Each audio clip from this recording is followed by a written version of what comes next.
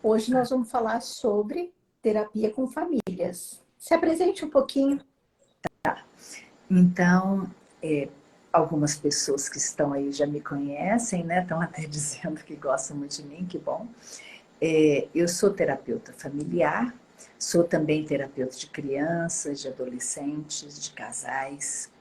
E ao longo desse percurso, né, de gostar muito de estudar, gostar muito de trabalhar com as pessoas, eu fui fazendo coisas, né? Então, eu sou mestrada em educação, sou psicóloga com mestrado em educação, sou especialista em terapia familiar sistêmica, sou especialista em práticas dialógicas e colaborativas, que até esse campo de olhar é que me fez também falar do que nós vamos conversar hoje. E também sou especialista em psicologia do trauma, com EMDR, com Brain Spotting. Sou especialista também em constelações familiares. E trabalho muito na área da psicologia jurídica com famílias e com crianças, e principalmente com adoções. Então, sou supervisora, sou professora e trabalho muito com a clínica. E esse percurso já tem quase 40 anos. Conta pra gente como articular na terapia essas formas de intervenção. Olha, primeiro eu preciso trazer, né, da onde que vem essas temáticas, né, que são os temas, são os assuntos, né? Então, eu vou só para fazer essa, né, uma live não é um momento de falar de teoria, não é um momento, né, de dar aula, é uma outra conversa. Isso aqui é um diálogo, né? Isso aqui é uma forma de, de passar informação e conhecimento, né, de uma forma mais ampla. Bem, tem uma escola que chama construcionista social, construcionismo social. É uma escola muito interessante e que influenciou muito a terapia com famílias. Por quê? Porque a terapia com família, ela trabalha relações, né? Diferente da terapia individual, da terapia, né, com pessoas individuais, que a gente trabalha o que nós chamamos de self, a gente trabalha as coisas internas, a gente trabalha as condições de cada pessoa. Já nessa escola de construcionismo social, a gente, e no psicodrama também, na terapia sistêmica, porque eu também venho, né, de outras especializações que sempre visaram relacionamento, sempre visaram a comunicação, a relação entre pessoas. Então, é muito meu foco dentro da psicologia, trabalhar relacionamentos. Mesmo que seja a terapia com crianças, a terapia com pessoas individuais, eu sempre gosto de trabalhar com os relacionamentos. E essa escola do construcionismo social, ela é uma escola muito focada nas relações. Então, quando a gente fala em ética relacional, esse nome não foi criado por mim, né? Esse nome vem dessa escola, que chama construcionista social, tá? Particularmente de um estudioso muito interessante, uma pessoa fantástica, que chama Kenneth Gergen. Então, esse homem é que falou muito dessa ética relacional. Então, eu quero me situar, né? Por que eu trouxe esses temas, mas nós vamos falar dos temas, né? De como isso funciona nas famílias. E também, quando eu falo de diálogos, a terapia familiar e os diálogos, né? Que eu chamo também de diálogos terapêuticos, vem também de uma outra fonte, que são as práticas colaborativas dialógicas, que eu também fiz a especialização nessa área, e essas práticas colaborativas dialógicas, elas fortalecem muito a possibilidade do terapeuta familiar trabalhar com sistemas familiares e estimulando o diálogo, estimulando o entendimento, estimulando as histórias de vida, as narrativas e construindo novas possibilidades, né? Então, eu quis me situar, tá? Então, nós não vamos falar dessas escolas, nós não vamos dar aula de escola nenhuma, mas os temas que nós escolhemos têm a ver com essas escolas que discutem relacionamentos. Então, a terapia familiar, ela por si só, ela é uma terapia de relacionamento.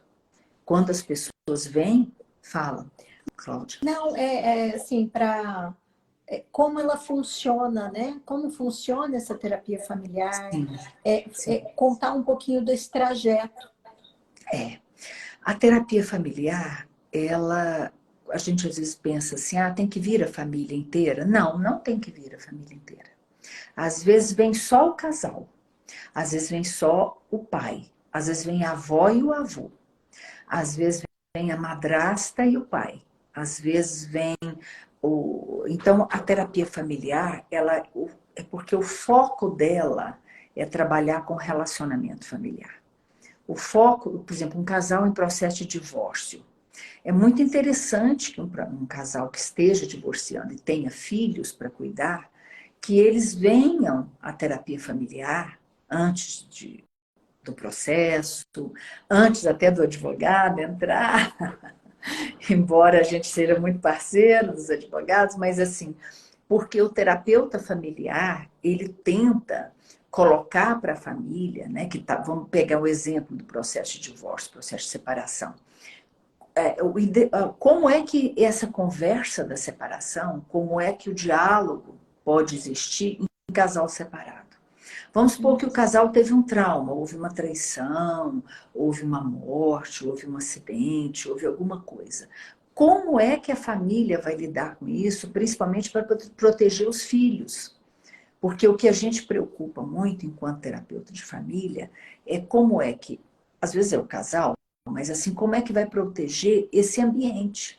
Nós temos um consenso de julgar a família, o lugar onde todos nós nascemos, criamos, ficamos bem ou mal, né? Algumas famílias, elas têm situações traumáticas, elas têm situações de violência, elas têm situações de abandono, de doenças físicas ou mentais. Às vezes as famílias têm problemas, isso é normal, todas as famílias têm algum problema, né? A questão é Então, como lidar com eles, né? como lidar com eles, como cuidar disso, para isso não piorar a vida das pessoas, né? Então, a terapia familiar, ela cuida desse diálogo dentro da família. E quando a gente fala de ética relacional, né? Como é que isso funciona? Então, é esse cuidado. A ética relacional é um cuidado. Principalmente o cuidado com o quê? O que que eu escuto que o outro fala? O que que eu entendo que o outro está falando? Quando o outro fala de uma angústia dele, ele está dizendo que eu não sou suficiente, às vezes as pessoas entendem errado. Uhum. Ele está falando de uma angústia dele, ele está falando de um problema dele. Mas aí, às vezes, a esposa ou o filho pensa, minha mãe não gosta de mim. Minha mãe, É aí que entra o terapeuta para fazer essa mediação, sim, nessa sim. comunicação, nessa ética relacional. Exatamente. Então, a ética relacional, ela visa isso, né? Melhorar a comunicação, melhorar o diálogo. Você, Como é que nós vamos falar mesmo que tenha cenas difíceis dentro da família? sim. E aí você mencionou, né, que algumas vezes quem vem no consultório são os avós. Sim. Às vezes quem vem são os avós. Porque os avós estão, vamos dizer, passando por uma situação, né, com os netos, tá? E não conseguem, por exemplo, falar com os filhos sobre isso, não conseguem falar com a mãe ou com o pai. Então, às vezes, as pessoas que nos procuram, elas vêm por orientação, para pedir orientação. Às vezes elas vêm assim, não conseguem, por exemplo, ter um filho adolescente que está numa fase difícil, um filho que está passando por problemas. Às vezes vêm os pais nos pedir como ajudar esse filho, para esse filho poder chegar a um psicólogo, poder chegar a um médico, ou poder... Fala, Cláudia. Não, e aí você está falando uma coisa importante, né? De que quando se tem esse olhar de terapeuta de família, Uhum. vem uma pessoa, vem os avós, ou vem a mãe, ou às vezes vem o próprio adolescente com uma queixa, Uhum. E que a partir desse olhar seu relacional, você vai propondo a vinda de outros integrantes, é isso também? Sim, Para sim, poder a gente pode, facilitar sim, esse relacionamento. nós podemos, às vezes a pessoa vem para trazer, vou dar outro exemplo, vem um pai e uma mãe por conta de um filho, eles estão preocupados com um filho, tá? Um filho pequenininho, às vezes é um filho de 5 anos que não come, que não acorda muito à noite, que isso, né? Algumas queixas da infância. Quando a gente começa a conversar com esse casal sobre o filho, eu sempre gosto de trazer o casal, tá? Uhum. Para ouvir o pai e a mãe falar do filho, tá? Se é que pode ter duas mulheres também, né? É outro tema da terapia familiar, né? Que são outras formas de família. Pode ter família monoparental, pode ter só uma mãe, pode ter só um pai, pode ter dois pais, duas mães, né? Pode ser filhos que moram com os avós também, madrastas, padrastos. Então, nós estamos falando de todas as famílias, né? Quando eu falar aqui pai ou mãe, não quer dizer que seja, né, sempre uma família modelo tradicional. Então, eles vêm trazer a queixa sobre o filho e a gente percebe que, na verdade, o que está por trás da queixa do filho é uma relação de casal muito difícil, muito pesada. Então, é muito comum, porque como eu já tenho esse olhar, né? Muito Sim. comum eu falar, olha, primeiro eu quero trabalhar com vocês dois. E ficar algum tempo trabalhando com esse casal. Às vezes passa assim, alguns encontros com esse casal, eles começam a falar, ué, o filho está melhorando. Eu nunca nem vi a criança. O Sim. meu filho está bem melhor. Ele parou de acordar à noite. Ele Uhum. já está comendo. E eu aí falo, ótimo, então o caminho é esse. Aí continuo trabalhando o casal. E E você sabe, você está falando uma coisa que alguns supervisionando os meus, eles têm sempre um receio de dizer a forma com que eles trabalham. Então, esse casal veio para buscar ajuda para o filho. sim, Quando você tem este olhar, você fala como terapeuta a partir do teu lugar de quem tem esse conhecimento. Você vai dizer, eu quero vocês dois aqui por enquanto, sim, né? Não são eles que decidem, porque não, muitas vezes os nossos colegas profissionais, eles ficam meio aprisionados, achando que quem direciona é o paciente. E eu entendo também que o terapeuta de família, ele também tem uma conduta mais diretiva, né, Ângela? tem. Aí é que entra esse conhecimento desse tema, né? Quem é estudioso, que esteja aqui no grupo hoje, pode pesquisar esse tema da ética relacional. Então, coloca nós, como psicólogos, terapeutas de família, como coautores do processo. Uhum. Então, nós temos uma total liberdade ética, profissional, né, de sugerirmos como é que nós vamos lidar com aquela questão. E de falar, né, abertamente para essa família, para esse casal que procurou ajuda, né, o que a gente está enxergando. Então, aí é que entra a questão do diálogo. Né? Então, o diálogo é uma prática colaborativa, é uma prática assim, não é aquela coisa estanque, sabe? Eu falo, o outro escuta, o outro responde a partir. Não, é uma construção. Então, o terapeuta familiar, ele utiliza, né, essas metodologias de dialogar, e com todo cuidado e com todo respeito. E é interessante porque a gente vai fazendo isso quando a gente fala para o casal: poxa, eu estou achando que vocês estão precisando muito. Vocês estão tristes, vocês estão agoniados, vocês estão precisando muito de ajuda. Eles quase que respiram. Será que alguém Me vai enxergaram. me enxergar, me ver? Olha, essa psicóloga está querendo realmente me ajudar. Eles se sentem muito confortáveis quando eles são entendidos e cuidados, né? Então, o terapeuta de família, ele cuida das relações. Ele não vai cuidar da doença, Uhum. tá? Até porque, né, a doença também nasce das relações. Nasce das relações. Tem. E nós, então, quando a gente está falando, né, dessa terapia familiar, a gente vai mostrando e construindo esse caminho para a família não sofrer, para a família Uhum. ficar bem, né? E para a família, ela própria, descobrir os potenciais dela. Ela própria saber, porque a família que consegue evoluir na questão do diálogo, da conversa, né?